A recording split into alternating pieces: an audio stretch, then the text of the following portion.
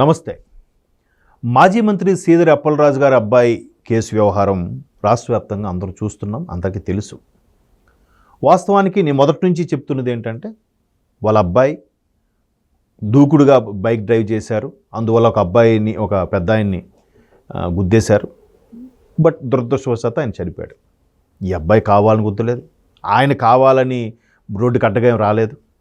మొత్తానికి దారుణం జరిగింది, వాస్తవం అది. సో ఇక్కడ జాగ్రత్తగా గమనిస్తే, జాగ్రత్తగా పరిశీలిస్తే, ఈయన జస్ట్ అరెస్ట్ అయ్యాడు. ఎవరు? సీదిరి అప్పలరాజు గారు. ఎందుకు అరెస్ట్ అయ్యాడు? ఆయన చేసిన యాక్సిడెంట్ కొడుకైతే అతన్ని తప్పించి అతని ప్లేస్లో ఇంకొక వ్యక్తిని పెట్టి కేసుని తప్పుదో పట్టించే విధంగా ఆలోచించారు. ఇది ప్రభుత్వాన్ని, న్యాయాన్ని, చట్టాన్ని ఒక విధంగా మోసగించినట్టే. ఆ కోణంలోకి వచ్చే కదా ఇప్పుడు ఆయన అరెస్ట్ చేశారు, రిమాండ్లోకి తీసుకున్నారు. సరే, జరిగిపోయింది. ఇప్పుడు సరే, ఏదో కొడుకు తాపత్రయంతో తప్పించాలనుకున్నాడు. సరే, నేను మా అబ్బాయిని ఏదో ఈ విషయంలో, లేదంటే నేను పాలిటిక్స్లో ఉన్నాను కాబట్టి ఇది ఇష్యూ అవుతుందేమో, గవర్నమెంట్కి తెలిస్తే అందులో రెడీగా మేము ప్రతిపక్ష హోదా కూడా లేదు మాకు, మమ్మల్ని టార్గెట్ చేస్తారో ఏమో, అందుకే నేను పక్కదో పట్టిద్దాం అనుకున్నాను అంటే అయిపోయింది, ఒక సెంటిమెంట్ అయిపోయి. అయితే ఆయన పరామర్శించి వచ్చిన వ్యక్తి ఎవరు? గతంలో ముఖ్యమంత్రి కదా. ముఖ్యమంత్రి అంటే ఓన్లీ ఓటేసిన వాళ్ళకే ముఖ్యమంత్రి, లేదంటే ఆంధ్రప్రదేశ్కి ముఖ్యమంత్రి? ఆంధ్రప్రదేశ్ మొత్తానికి కదా. మరి అదే ఆంధ్రప్రదేశ్లో ఇప్పుడు చనిపోయిన యాదవ కులానికి చెందిన వ్యక్తి కూడా ఉన్నాడు కదా. ఒక కుటుంబ సభ్యుడిని కోల్పోతే, కుటుంబ యజమాని కోల్పోతే అక్కడ కుటుంబ పరిస్థితి ఏంటి? చాలా తారుమారవుతుంది. అంతెందుకు, ఆ అనుభవం ఆయనకు కూడా ఉంది కదా. కన్న తండ్రి రాజశేఖర రెడ్డి గారు చనిపోయినప్పుడు రాష్ట్ర పరిస్థితి కూడా మారిపోయే, కుటుంబ పరిస్థితి కూడా మారిపోయే. కుటుంబ పెద్ద అనేవాడు పోతే ఆ బాధ, ఆ పరిస్థితులు ఆయనకు తెలుసు కదా. అది తెలుసు కూడా ఒకప్పుడు ముఖ్యమంత్రిగా అందరి ప్రజలు తనవాడే అనుకునే వ్యక్తిగా ఉండి కూడా ఆ వ్యక్తి కోల్పోతే ఆ కుటుంబ సభ్యుల్ని పరామర్శించకుండా ఈయన్ని పరామర్శించడానికి వెళ్ళాడంటే ఎంత గ్రేట్ కదా, ఎంత అద్భుతం కదా. ఇంకా దానికి అతనికి ఎవరు చెప్పాలి, ఎవరు చెప్తారు?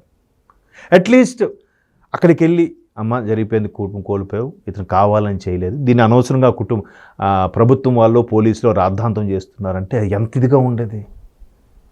అలా చెప్పరా? కనీసం ఆ కోణంలో మాటేలాడరా? ఒక్కరంటే ఒక్కడు కూడా ఆ కోణంలో ఆలోచించరా? ఏం మనుషులు సార్. ఇది చాలదన్నట్టు రప్ప అనుకుంటూ ఆయన ములాఖత్కి వెళ్తే, జనరల్గా ములాఖత్తు ఎంతవరకు టైం ఉంటుందో మీకు నాకు కన్నా జగన్మోహన్ రెడ్డి గారికి ఎక్కువగా తెలుసు, నాకు తెలిసినంతవరకు. ఎందుకంటే ఆయన కూడా ఒకప్పుడు 16 నెలలో 18 నెలల లోపల ఉన్నారు. అప్పుడు ఆయన వ్యాపార నిమిత్తం వ్యాపార పార్ట్నర్స్ ఎవరో వచ్చి కలిసి వెళ్ళేవారు చాలామంది. అప్పట్లో పెద్ద ఆయన ములాఖత్తుగా ఎవరు వెళ్ళి కలవడానికి వెళ్ళినా కూడా అది న్యూస్లో వచ్చేది. అప్పట్లో నాకు బాగా గుర్తు, నాగార్జున గారు కూడా ఏదో సందర్భంలో వీళ్ళు కలిశారని, నిమ్మగడ్డ ప్రసాద్ గారు వీళ్ళు కలిశారని, ఇలాగ రకరకాల వార్తలు వచ్చేవి. ఇప్పుడు ఇది ఆల్మోస్ట్ 2012 ఆ టైంలో. సో మరి అలాంటి వ్యక్తికి ములాఖత్ టైమింగ్స్ ఏంటి, పోలీసులు ఎలా సహకరిస్తారు ములాఖత్ వచ్చిన వాళ్ళకి, వాళ్ళు ఏ టైమింగ్స్ ఇస్తారు, వాళ్ళు సెక్యూరిటీ రీజన్స్ ఏవి పాటిస్తారు, ఎంతవరకు ఆ టైమింగ్స్ ఉంటాయి, ఏ రోజుల్లో ఉంటాయి, అది కూడా ఏ వారాలు ఉంటాయి, అన్నీ తెలుసు కదా ఈయనకి. తెలుసు కూడా ఈయన కావాలనే 4:30 తర్వాత 5 తర్వాత అక్కడికి రీచ్ అయితే అంపోలు జైలు దగ్గరికి అప్పుడు అధికారులు అనుమతిస్తారండి? అంటే తెలిసే అలా వెళ్ళారా? తెలిసే రభస చెయ్యాలి, రాద్ధాంతం చేయాలని వెళ్ళారా? మళ్ళీ ఆ వచ్చిన వాళ్ళు కూడా రూపాయికి పావలాకి 5 రూపాయల యాక్షన్. ఇప్పుడు పావలా ఇస్తాం, పావలా యాక్షన్ చేయాలి, ఇప్పుడు కనీసం రూపాయి చేయండి అంటే 5 రూపాయల యాక్షన్ ఒక్కొక్కడు. మళ్ళీ సేమ్ రప్ప పోలీసులు అడ్డుకుంటుంటే తోసుకొని వెళ్ళిపోవడం, మమ్మల్ని రాటీ చాట్ చేశారంటము, రివర్స్ గేర్ మాట్లాడటము. ఒకవైపు ప్రధాని యొక్క ప్రోగ్రాం ఉంది, ఇంటర్నేషనల్ ఎయిర్పోర్ట్ ఓపెనింగ్కి వస్తున్నాడు.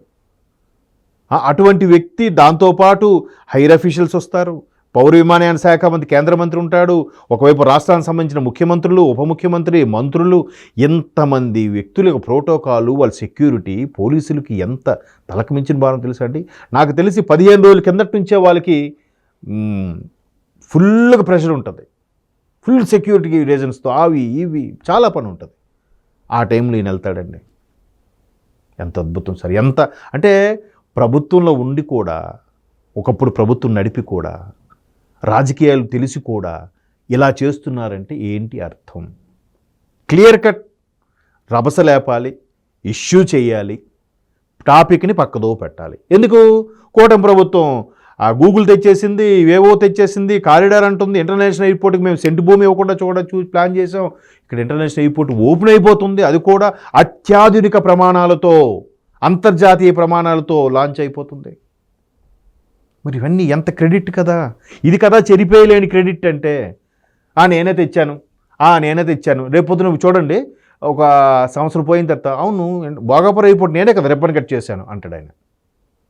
దానికి వెంటనే భజన బ్యాచ్ ఉంటుంది, దించికి బ్యాచ్, వెంటనే భజన. అవును అన్న చేశాడు. అంటే ఇదంతా ఒక ఇష్యూగా చేయాలి, ఏది మాట్లాడడానికి టాపిక్ లేక, కూటమి ప్రభుత్వానికి వేలెత్తి చూపించడానికి అంశాలు లేక, అంటే ఇంకేం మాట్లాడడానికి ఏమీ లేక ఏదోటి ఇష్యూ చేయాలి. అది కూడా ఎప్పుడు వస్తున్నారు బయటికి? నెలకోసారి బయటకు వచ్చి ప్రెస్ మీట్ పెట్టాలి. ప్రెస్ మీట్లో ఏదో అబద్ధాలో, తప్పులో, సొల్లు కబుర్లో, డూబు కబుర్లో ఏవోటి చెప్పి మాట్లాడేసి 4 వార్తల్లో నిలిస్తే ఉన్నారు అంటే పార్టీ మనుగడ ముఖ్యం. అక్కడ సంబంధం లేదు. సబ్జెక్ట్ ఉందా లేదా, ఆయన సబ్జెక్ట్ తెలిసి మాట్లాడుతాను అనుకుంటున్నారా, తెలియక మాట్లాడాలనుకుంటున్నారా, ఇలా చూస్తే నలుగురు ఏమనుకుంటారు, అదేం లేదు. మాకు ఫాలో అయిన కొంతమంది గొర్రె బ్యాచ్ ఉంది, ఆ గొర్రె బ్యాచ్ చాలు నాకు, ఎవడేమనుకున్నా నాకు సంబంధం ఇలాగే మాట్లాడతా అనే కోణంలోనే ఉంది. ఇవి నేనన్న మాటలు కావు. ఇవి కావాలంటే కింద ఆ పర్టికులర్ బ్యాచ్లు మాట్లాడుతున్నప్పుడు ఆ కామెంట్స్ చూడండి, స్క్రోలింగ్ చూడండి. భయంకరంగా ఆయన మాట్లాడేది ఒకటి తీసి కట్ చేసి కింద నవ్వుతున్నట్టుగా తెగ పెడుతున్నారు. అదంతా కూటమి వాళ్ళకి కాదు, జనరల్గా ఉండే సోషల్ మీడియాలో ఉండే నెటిజన్స్ పెడుతున్నారు అవి. సో ఇట్లాంటివన్నీ అంటే అదే అంటున్నాను, ములాఖత్కి ఈయన 16 నెలలు అందులో ఉండి కూడా, ఈయనకి ఆ ఐడియా ఉండి కూడా మరి కావాలని వెళ్ళినట్టుగా అనిపించింది కదా. పైగా ఆయన ఇప్పుడు ఏదైనా పెద్ద ఘనకార్యం చేసి ఆయన బలవంతంగా అరెస్ట్ చేస్తే లోపల పెట్టారా కూటమి ప్రభుత్వం?